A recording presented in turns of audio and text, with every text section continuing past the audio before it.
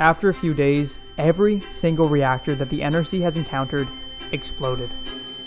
After seeing the looks on our faces, I think Harper regrets telling us what happened to the other reactors. I look over at Tessa and see that her face is completely pale and her eyes are wide with shock. I figure that I probably look the same, and it takes me a few moments to process what Harper said. So you're saying there's a chance that we could blow up in the next few days? None of the agents want to answer. They just look at each other and think about how to respond. I'm so focused on waiting for their answer that I don't hear the man walk up behind me until he says, "Yes, there is a possibility that the two of you may explode within the next 72 hours. I turn around and find General Walker standing behind me with an agent on either side of him. He's clutching a file in one hand, and I'm so distracted by the thought of Tessa and I exploding in a few days that I can't even bother wondering what's inside it. General Walker turns to Harper, Good, and Parker and says, "Will you three give us a minute to talk?" I've never seen anyone stand up as fast as the three of them. They were on their feet before General Walker even finished his sentence. The three agents then salute General Walker and say, "Sir, yes, sir," before hurrying off to sit at another table. General Walker sits down next to me and sets his closed file in front of him. Since we had just discovered something that he was probably trying to keep from us, I expect General Walker to start yelling or tell the agents that he came here with to apprehend us. Instead, he just sits there quietly for a moment and looks tired. Tessa is the first one to speak up. Don't blame those three for telling us what happens to reactors. We asked them to tell us, and they were just being nice. General Walker looks at Tessa, and I see a hint of a smile form on his lips. Don't worry, I don't blame them. I had asked everyone to treat the two of you with the utmost respect, and they were just following orders. Plus, I was going to tell you both eventually. I'm actually a bit taken back by how calm General Walker is about this. If I had just found out that someone told two radioactive teenagers with super strength that there's a chance they might explode, well, I really wouldn't be too happy with that person. General Walker turns to the agents he came here with and says, "Would you two excuse us as well?" The agents salute General Walker before turning and walking towards the door. General Walker then turns back to us. "There's a lot we need to discuss." He picks his file back up from the table, but still doesn't open it. "But first, I assure the two of you that we are doing everything in our power to make sure that what happened to those other reactors that the NRC had found does not happen to you. However, you should know that the 5 reactors the NRC was able to apprehend were not treated right. These 3 men and 2 women, whose ages range from 20 to 35, were all given their abilities from illegal nuclear experimentation by countries who were trying to replicate the effects that the atomic bombs dropped on Hiroshima and Nagasaki had on a handful of civilians. This was back before the United Nations declared the international ban on nuclear weapons and experimentation, but after the NRC was founded.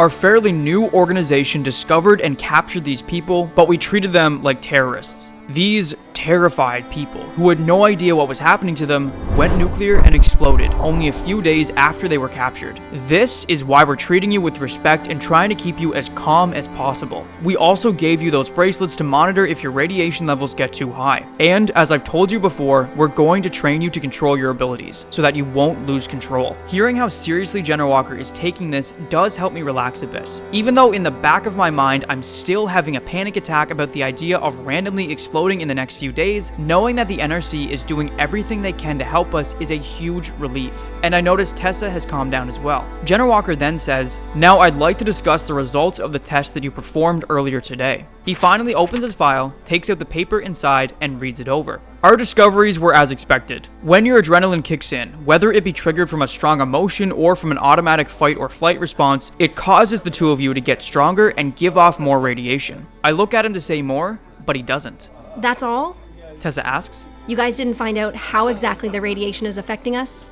Or how to cure it? General Walker closes the file. "No, I'm sorry. We weren't able to discover anything like that, but we have teams of scientists working around the clock analyzing your blood samples and trying to find out more. As soon as we learn something, you two will be the first to know." Tessa looks down at the table, clearly disappointed with his answer, and I can't say I blame her. Even though I wasn't expecting them to come up with a magical cure for us after only running a few tests and taking a blood sample, it would have been nice if they found out something that helped us understand our abilities better. "There's one more thing," General Walker tells us. We both look over at him and he says, "Tessa, your abilities were shown before by the other reactors who were captured. When you are calm, your strength and senses are only slightly more enhanced than the average person. However, when your adrenaline kicks in, you become more and more powerful until you go nuclear, which is what happened at the school. This is what we expected. However, Josh, You're a bit different. I begin to get extremely paranoid when he says this. Am I giving off too much radiation? Will I explode like the other reactors? Josh, right now, even though your adrenaline levels are low, you're still about 10 times stronger than the average person. When your adrenaline is high, you become as strong as a reactor who has gone nuclear. I don't fully understand what he's getting at, so I ask,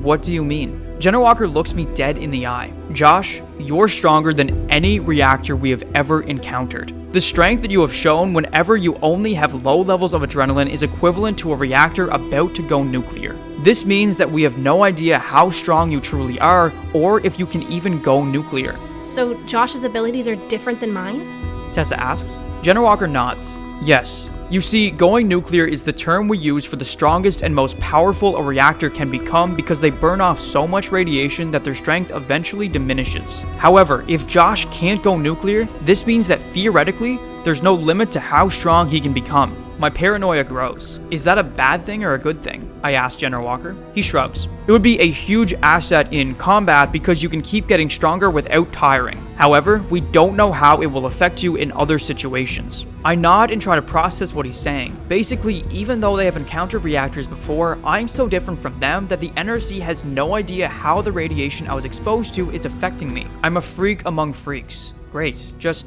great. Tessa gets a questioning look on her face, the same look she always wears in French class when she's unsure about something. She asks General Walker, why would Josh's strength levels matter for combat? General Walker's expression slightly changes, as if he had just said something that he isn't supposed to. However, he changes back to his calm and collected demeanor so quickly that I'm not even sure if his expression actually changed. It was just an example of how Josh's strength would be useful. I didn't mean anything by it. As good as General Walker is at masking his emotions, I can tell that he isn't telling the truth. However, I don't question him on it because my only option right now is to trust him. He stands up from the table like the matter is resolved. Alright, he says, you two can go back to your rooms to get some rest, and then tomorrow morning we'll meet back down here at 10 o'clock where I'll tell you more about your training. General Walker's about to walk away, but he turns back and says, I forgot to mention this earlier, but we don't want you to contact anyone right now. If word gets out that a secret organization just apprehended 2 teenagers, then the NRC won't be able to continue to operate. We have already spoken to your families and explained the bare minimum about what has happened. I promise you'll get the chance to talk to them soon, but for now, please don't contact them. Before we have a chance to respond or argue, General Walker is already walking towards the door of the cafeteria to meet back up with the 2 agents he came here with. Tessa and I sit there for a moment, silently processing everything he said. Just as I'm about to ask Tessa if she's alright, she stands up and heads towards the cafeteria door, so I get up as well and follow her. We walk to the elevators in silence. I'm trying to think of something to say, but Tessa doesn't really seem like she's in the mood to talk. When we step inside the elevator, I once again swipe my card and hit the number 10 button, and the elevator begins to ascend. I half expect Tessa to hit the emergency stop button again to talk to me, but she just continues to stand there in silence. The elevator comes to a stop at our floor and we get out. The 2 of us then walk down the hallway together and stop in front of the door to Tessa's room. As she unlocks it, I turn to Tessa and say,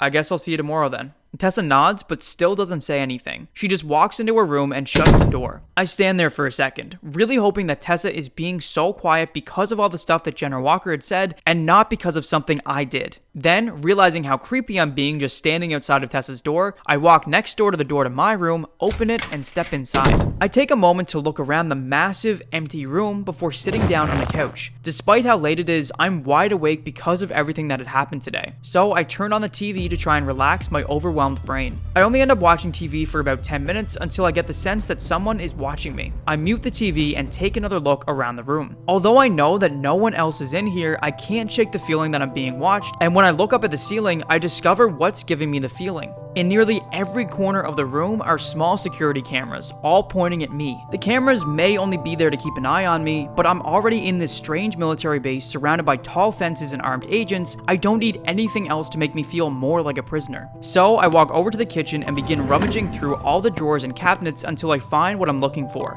Duct tape. I then grab a kitchen chair with one hand like it weighs nothing and carry it over to the closest camera. I set the chair down underneath the camera and then stand on top of it so my face is right in front of the lens. I stare at the black lens and say, I'm sorry for this, but I just really hate the feeling of being watched. After I say this, I cover the lens in duct tape so that whoever is watching from the other end can no longer see me. As soon as I finish, I expect a group of agents to knock down my door and demand that I take the duct tape off, but no one does. I guess General Walker was telling the truth when he told us that the NRC wants to keep us happy. So I quickly go around the room and cover the other 4 cameras that I find with duct tape as well. Now that nobody is able to watch me, I sit back down on the couch and unmute the TV. I was prepared to watch it for at least a half hour, but my eyelids are already growing heavy, so I end up just shutting it off. I walk into the bathroom to find that there's a toothbrush and toothpaste on the counter waiting for me. There's also soap, shampoo, conditioner, deodorant, a comb, and even a razor and shaving cream, despite the fact that the only facial hair I can grow is a bit of peach fuzz. After brushing my teeth, I walk over to the cabinet and discover that it's full of clothes for me. I undress and put on a pair of gym shorts to sleep in, finding it a bit surprising that they fit perfectly considering the last clothes I had been given were too small. Then it hits me that the doctor took my measurements before the test, so she must have given that information to whoever stocked my room with clothes. Now that I'm all ready for bed, I shut off the lights and set the alarm clock on the nightstand beside my bed for 9:30.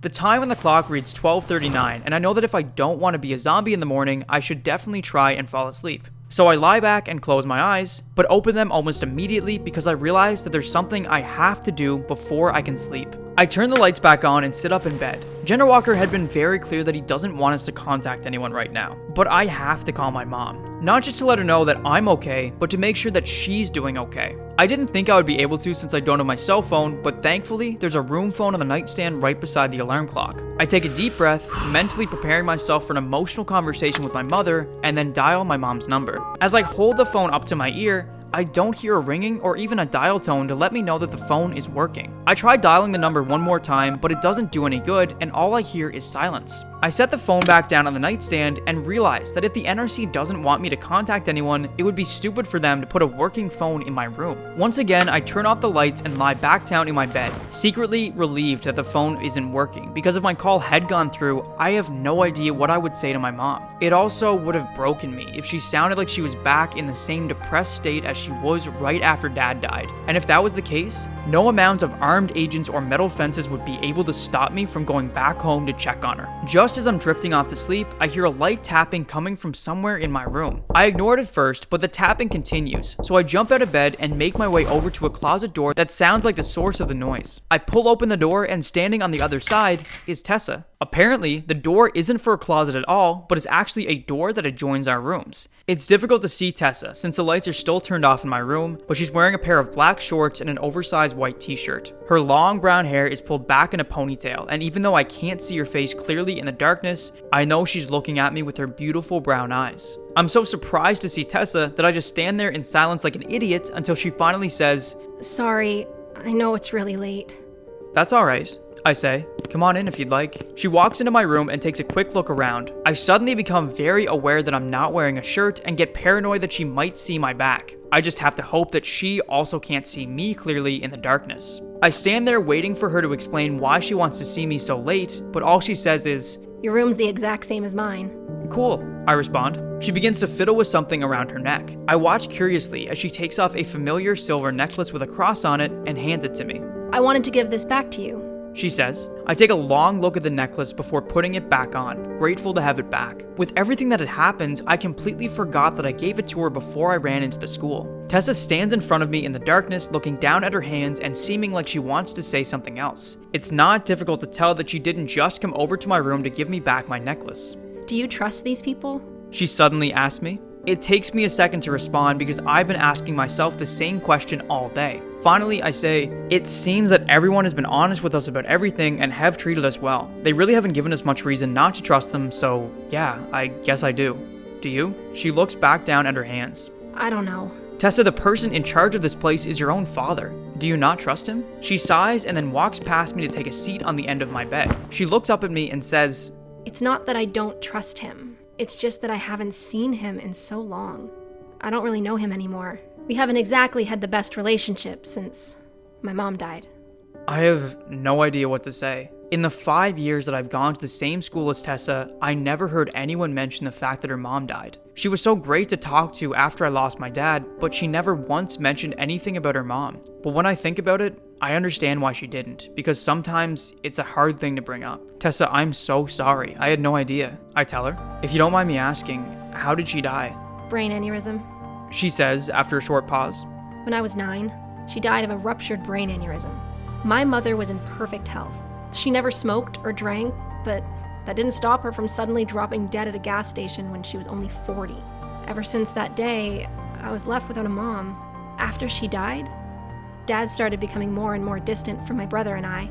He spent a lot more time at work and a lot less time with us. I knew that he worked in the military, which meant that we had to move around a lot. This was fine when Mom was alive, because she was the one that would take care of us. But after she passed, there was nobody around to look after us. My older brother Connor stepped up when he was only 15. He learned how to cook, he would help me with my schoolwork, and would even take me shopping for new clothes, while my father would only stop by to give us money to pay the bills. This worked out all right until my brother graduated from high school and had to go off to college. He was going to stay home for a few more years to continue taking care of me, but my father wouldn't allow that. So I was sent to live with my grandparents on Prince Edward Island and barely ever got to see my brother or my father. I feel myself getting choked up after hearing this all too familiar story about a parent dying far too young. I know from experience how difficult it is to live without a parent, but unlike Tessa, I always had another parent around who clearly loves me. As difficult as it was to see my mother so depressed that she couldn't even get out of bed, at least she hadn't left me. I feel like that would have been 100 times worse. There is nothing I can say to make Tessa feel better. I know that from experience. So instead of trying to comfort her about the loss of her mother, I decide to ask her a question that I always like being asked. What was your mother like? Tessa looks away for a moment before saying, She was kind and caring, like most mothers. But unlike most mothers, she was my best friend.